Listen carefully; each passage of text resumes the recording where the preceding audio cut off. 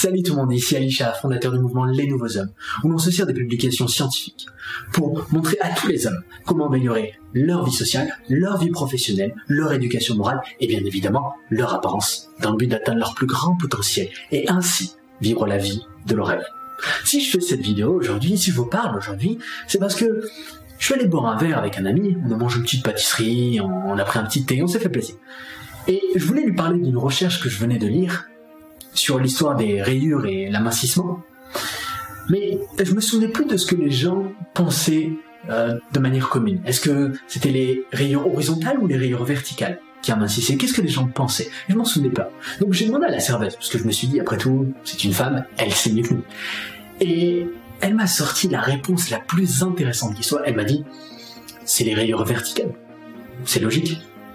Mon ami attendait qu'elle parte et il m'a dit, non, c'est pas logique, comique. Bon, il a pas utilisé comique, je vous l'avoue, mais bon. Ce qui est extrêmement intéressant, c'est que chez les nouveaux hommes, ce qu'on aime faire, c'est prendre des règles qui sont communément acceptées, qui sont tenues pour acquises pour pas mal de gens, et voir ce que la recherche en dit, voir ce qu'il en est réellement.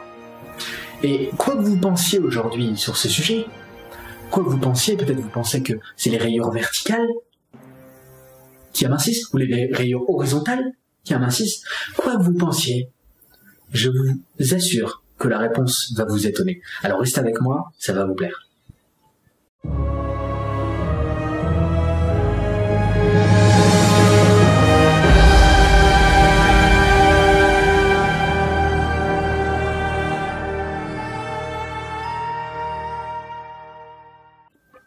Si une personne vient vous voir dans la rue et vous dit « Hey, tu portes des rayures horizontales, c'est pas mal, ça t'amincit. » Bon, il y a peu de chances que ça arrive, mais si cette personne fait ça, eh bien, elle n'a pas tout à fait tort. Pour comprendre cela, il faut remonter à une étude qui a été faite en 1867 par Helmholtz et qui a montré que si on prend un carré classique et qu'on lui met des rayures horizontales, eh bien, ce carré paraîtra plus grand et moins large qu'un même carré avec des rayures verticales. C'est ce qu'on appelle l'illusion Helmholtz. Maintenant, pour aller plus loin dans cet effet des rayures verticales, eh bien, on peut citer une seconde étude qui a montré que si on prend un espace vide et qu'on lui met des rayures verticales, alors cet espace vide paraîtra plus large s'il a les rayures que s'il est vide. Et d'ailleurs, cet effet est d'autant plus grand s'il y a plein de rayures, si ces rayures sont étroites, et si elles sont régulièrement espacées. C'est ce qu'on a appelé l'effet Opelken. Maintenant, ces deux effets sont bien réels, ce n'est pas le problème. Le problème, c'est que dans la première étude d'Helmholtz, il cite un exemple de la vie de tous les jours. Il dit « C'est pour ça que les femmes qui portent des robes à rayures horizontales paraissent plus grandes et plus minces. » Mais en réalité, c'est beaucoup plus compliqué que ça, puisque il y a des études qui montrent qu'en réalité, c'est l'inverse.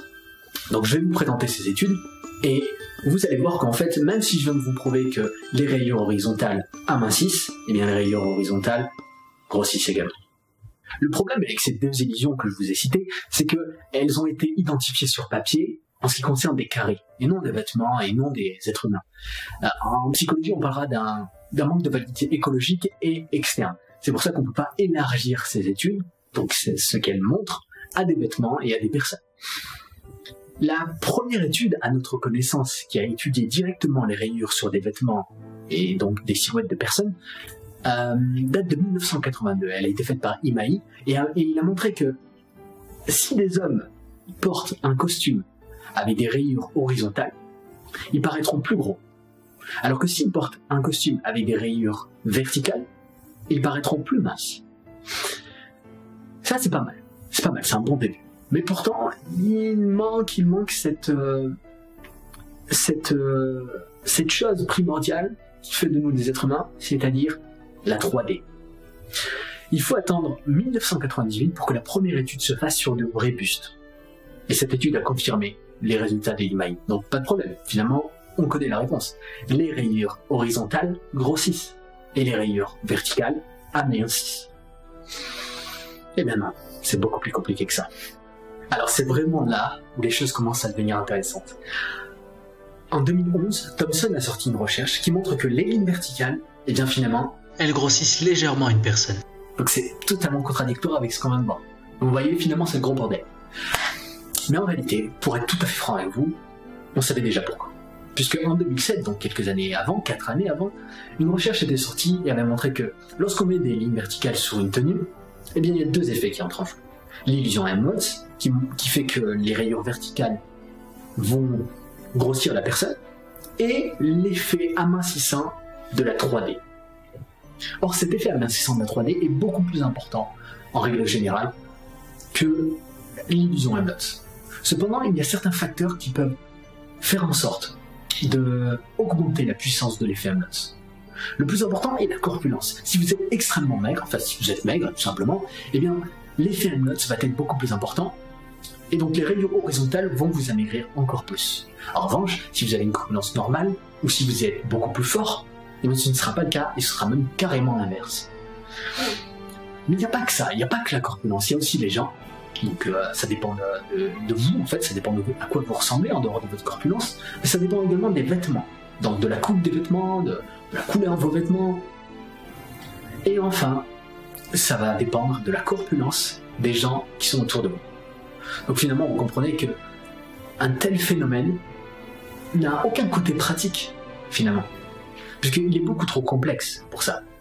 Donc, toutes les personnes qui vous diront porter des rayures verticales, porter des rayures horizontales parce que vous allez changer votre corpulence de telle manière ou de telle manière, eh bien finalement c'est n'importe quoi. Envoyez-leur cette vidéo pour qu'ils comprennent que, en fait, c'est beaucoup plus complexe que ça.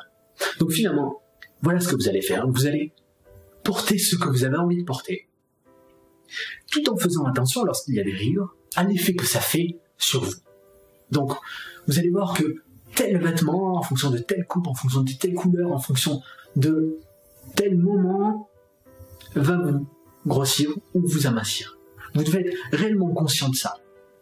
Et surtout, vous devez arrêter d'utiliser les rayures pour vous amincir ou vous grossir. Voilà, c'est tout. Maintenant, il y a un truc que je veux que vous fassiez. Allez dans les commentaires et dites-moi ce que vous pensiez avant. Est-ce que vous pensez que c'était les rayures horizontales ou les rayures verticales qui amincissaient? Et dites-moi si cette vidéo vous a fait changer d'avis. Et deuxième chose, j'aimerais que vous preniez votre marinière et que vous testiez devant le miroir et qu'ensuite vous veniez dans les commentaires pour me dire finalement ça me grossit, finalement ça m'amincit, tout en me disant le type de rayure. Parce que je suis curieux, j'aimerais savoir. Bon, j'espère que cette vidéo vous a plu, n'hésitez pas à la partager si vous pensez que ça peut aider quelqu'un d'autre.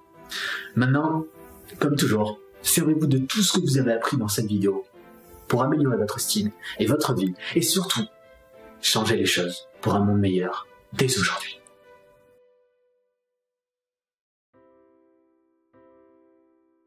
Toutes les choses qui vous ont agacé dans le style d'un homme, est-ce que vous pouvez me citer 3 choses? Alors, le